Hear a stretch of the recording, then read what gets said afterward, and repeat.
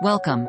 Today we're reading the chapter Lily and the Lion, of the novel Grimm's Fairy Tales. Now, sit tight and let's get into it. A merchant, who had 3 daughters, was once setting out upon a journey, but before he went he asked each daughter what gift he should bring back for her. The eldest wished for pearls, the second for jewels, but the third, who was called Lily, said, "Dear father, bring me a rose." Now it was no easy task to find a rose, for it was the middle of winter. Yet as she was his prettiest daughter, and was very fond of flowers, her father said he would try what he could do. So he kissed all 3, and bid them goodbye. And when the time came for him to go home, he had bought pearls and jewels for the 2 eldest. But he had sought everywhere in vain for the rose, and when he went into any garden and asked for such a thing, the people laughed at him, and asked him whether he thought roses grew in snow. This grieved him very much, for Lily was his dearest child, and as he was journeying home, thinking what he should bring her, he came to a fine castle, and around the castle was a garden, in one half of which it seemed to be summertime and in the other half winter. On one side the finest flowers were in full bloom, and on the other everything looked dreary and buried in the snow. "A lucky hit," said he, as he called to his servant, and told him to go to a beautiful bed of roses that was there, and bring him away one of the finest flowers. This done, they were riding away well pleased, when up sprang a fierce lion, and roared out, "Whoever has stolen my roses shall be eaten up alive." Then the man said, "I knew not that the garden belonged to you. Can nothing save my life?" "No," said the lion, "nothing, unless you undertake to give me whatever meets you on your return home. If you agree to this, I will give you your life, and the rose too for your daughter." But the man was unwilling to do so and said, "It may be my youngest daughter, who loves me most, and always runs to meet me when I go home." Then the servant was greatly frightened, and said, "It may perhaps be only a cat or a dog." And at last the man yielded with a heavy heart, and took the rose, and said he would give the lion whatever should meet him first on his return. And as he came near home, it was Lily, his youngest and dearest daughter, that met him. She came running, and kissed him, and welcomed him home.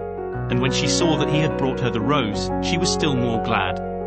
But her father began to be very sorrowful, and to weep, saying, "Alas, my dearest child, I have bought this flower at a high price, for I have said I would give you to a wild lion, and when he has you, he will tear you in pieces, and eat you."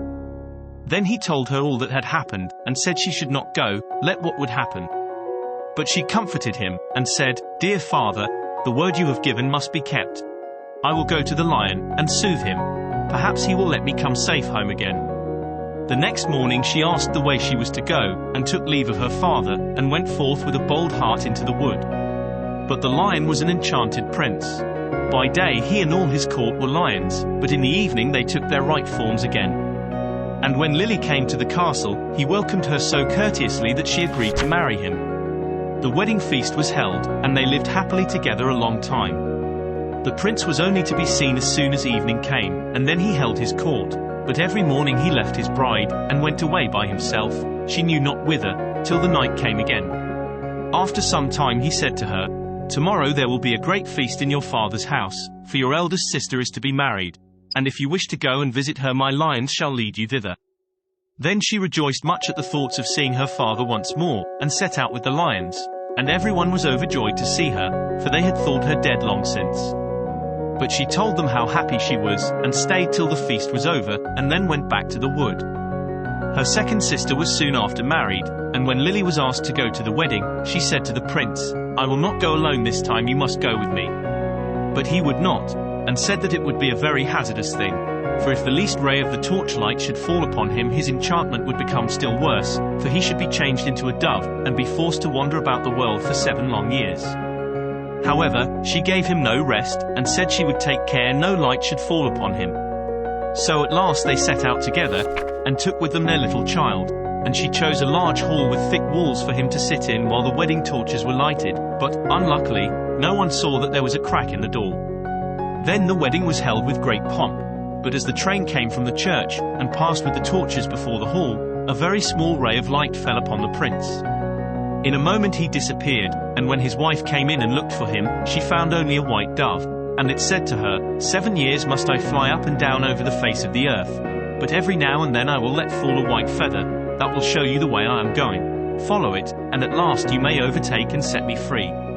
This said, he flew out at the door, and poor Lily followed, and every now and then a white feather fell, and showed her the way she was to journey. Thus she went roving on through the wide world, and looked neither to the right hand nor to the left, nor took any rest, for 7 years. Then she began to be glad, and thought to herself that the time was fast coming when all her troubles should end. Yet repose was still far off, for one day as she was travelling on she missed the white feather, and when she lifted up her eyes she could nowhere see the dove. Now, thought she to herself, no aid of man can be of use to me. So she went to the sun and said, Thou shinest everywhere, on the hill's top and the valley's depth hast thou anywhere seen my white dove? No, said the sun, I have not seen it, but I will give thee a casket open it when thy hour of need comes.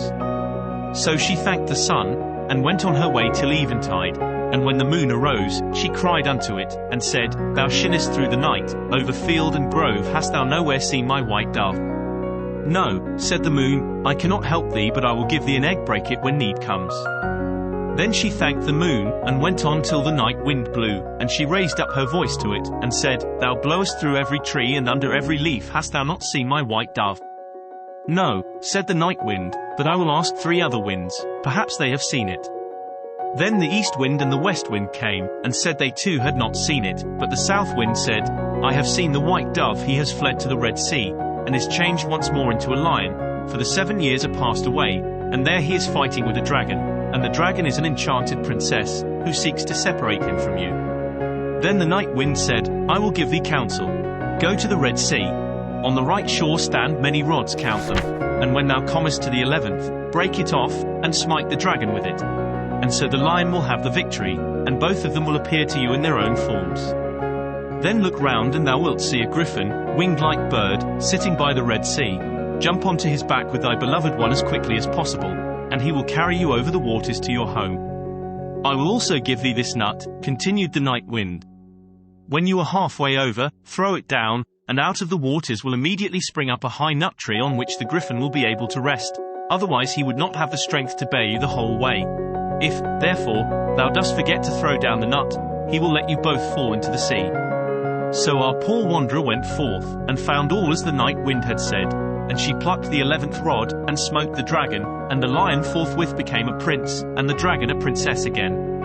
But no sooner was the princess released from the spell, than she seized the prince by the arm and sprang on to the griffin's back, and went off carrying the prince away with her. Thus the unhappy traveller was again forsaken and forlorn, but she took heart and said, As far as the wind blows, and so long as the cock crows, I will journey on, till I find him once again. She went on for a long, long way, till at length she came to the castle whither the princess had carried the prince, and there was a feast got ready, and she heard that the wedding was about to be held. Heaven aid me now, said she, and she took the casket that the sun had given her, and found that within it lay a dress as dazzling as the sun itself. So she put it on, and went into the palace, and all the people gazed upon her, and the dress pleased the bride so much that she asked whether it was to be sold. Not for gold and silver, said she, but for flesh and blood. The princess asked what she meant, and she said, Let me speak with the bridegroom this night in his chamber, and I will give thee the dress.